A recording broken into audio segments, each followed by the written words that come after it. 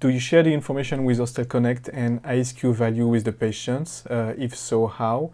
So yes, everything is reported in the surgical report, in the final report. I explained the ISQ philosophy. So I just say that it's non-invasive, that it's just a kind of magnet, and that they won't feel anything.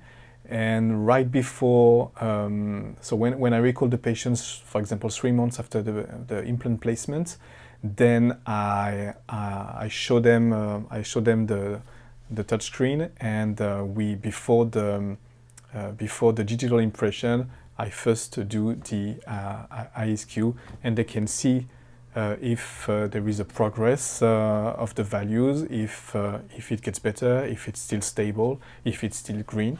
Or not, and so it's a very nice moment to share with the patients.